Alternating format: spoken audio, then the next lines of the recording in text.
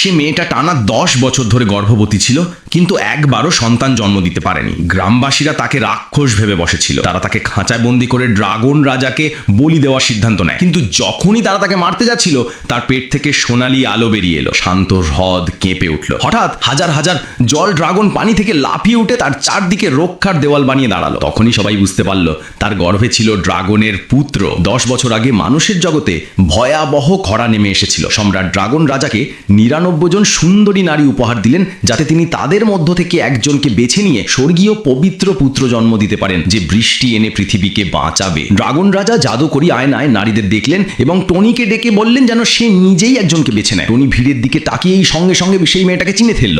সেই ছিল সেই মেয়ে যে একদিন তার প্রাণ বাঁচিয়েছিল এবং যাকে সে ভালোবাসত। তাকে দেখেই টনি তাকে জড়িয়ে ধরতে দৌড়ে গেল। বহু বছর আগে টনি দিব্য বজ্র শ্রদ্ধাঞ্জলিতে ব্যর্থ হয়েছিল এবং গুরুতর আহত হয়ে মানুষের জগতে পড়ে যায়। যদি সে দ্রুত সমুদ্রে ফেলে না যেতে পারত তবে মারা যেত, কিন্তু ক্ষত এতই গভীর ছিল যে সে নড়তেও পারছিল না। মেয়েটা তাকে তীরে পড়ে থাকতে দেখেছিল। সে ভয় পায়নি, বরং ধীরে ধীরে টেনে তাকে সমুদ্রের দিকে নিয়ে গিয়েছিল। এইভাবেই টনি বেঁচে যায়। টনি তার মুখ ভুলতে পারেনি, কিন্তু নাম জানতো না, তাই সে সর্বত্র খুঁজেছে কিন্তু কখনো খুঁজে পায়নি। আর সেই থেকে সে গভীর বিষণ্ণতায় ডুবে যায়। টনির দুঃখের কারণেই বছরের পর বছর বৃষ্টি হয়নি। তাই সে অভিশাপ ভাঙার জন্য সেই নারীকেই খুঁজছিল, কিন্তু মেয়েটাকে কেউ বেছে নিল না। তার বাবা বিষয়টা জানতে পেরে প্রচন্ড রেগে যান, আর তার দুষ্ট সৎমা পরামর্শ দেয় তাকে রাজপ্রাসাদের এক খোঁজার হাতে দাসী করে দিতে। তার বোনও এই প্রস্তাবে সায় দেয়। এভাবেই মেয়েটাকে খোঁজার হাতে তুলে দেওয়া হয়। খোঁজা যখনই তাকে শোষণ করতে যাচ্ছিল, ঠিক তখনই টনি আকাশ থেকে নেমে এলো। কয়েকটি চালিয়ে সে খোঁজাকে হারিয়ে দিল, কিন্তু মেয়েটাকে আগেই নেশা করানো হয়েছিল। তার শরীর জ্বরে জ্বলছিল। টনি তাকে দেখে আর নিজেকে সামলাতে পারলো না। সেই রাতেই তারা স্বামী স্ত্রী হয়ে গেল। পরে টনি নিজের আসল পরিচয় জানালো। সেই ছিল সেই সাদা ড্রাগন